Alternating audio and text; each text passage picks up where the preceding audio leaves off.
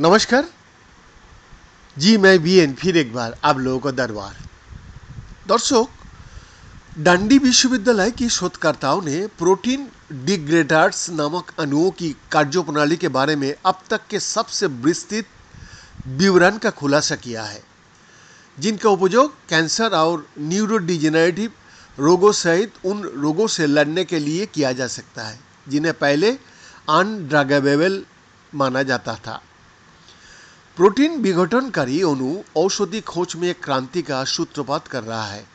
इस प्रकार की 50 से अधिक औषधियों का परीक्षण वर्तमान में उन रोगियों पर किया जा रहा है जिनके रोगों के लिए कई अन्य विकल्प उपलब्ध नहीं है।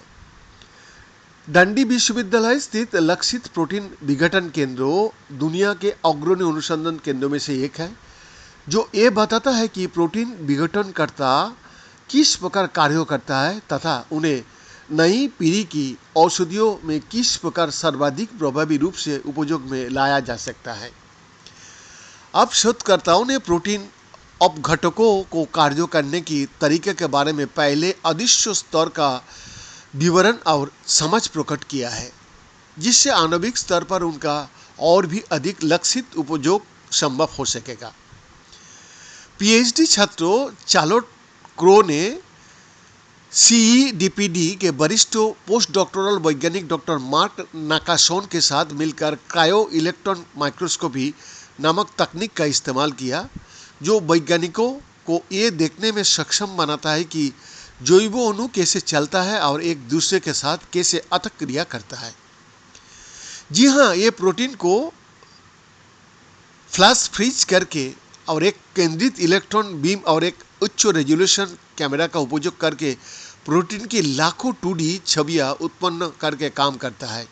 फिर उन्होंने परिष्कृत सॉफ्टवेयर और आर्टिफिशियल इंटेलिजेंस मॉडल का उपयोग किया, जिससे उन्हें कार्बाई में काम करने वाली डिग्रेडर दवाओं का 3D स्नैपशॉट बनाने की अनुभूति मिली। उनका नवीनतम शोध साइंस एडवांसेस पत्रिका में प्रकाशित हुआ है और उम्मीद है कि ये टीपीटी और यूबिक्टिन तंत्र के क्षेत्र में अनुसंधान में एक ऐतिहासिक योगदान होगा।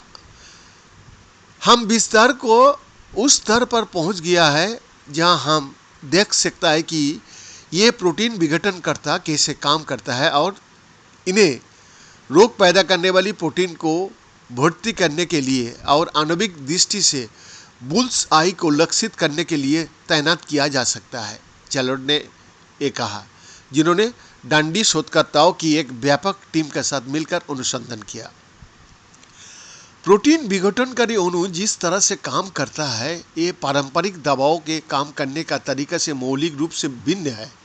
हालांकि हाल ही में यानी कि अभी तक आणविक स्तर पर ये प्रक्रिया कैसे काम करती है, इनका सटीक विवरण अभी तक अस्पष्ट बना हुआ था।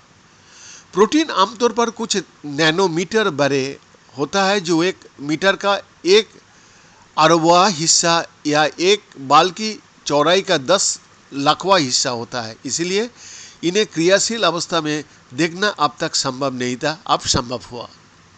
बीएन का एक्सक्लूसिव रिपोर्ट।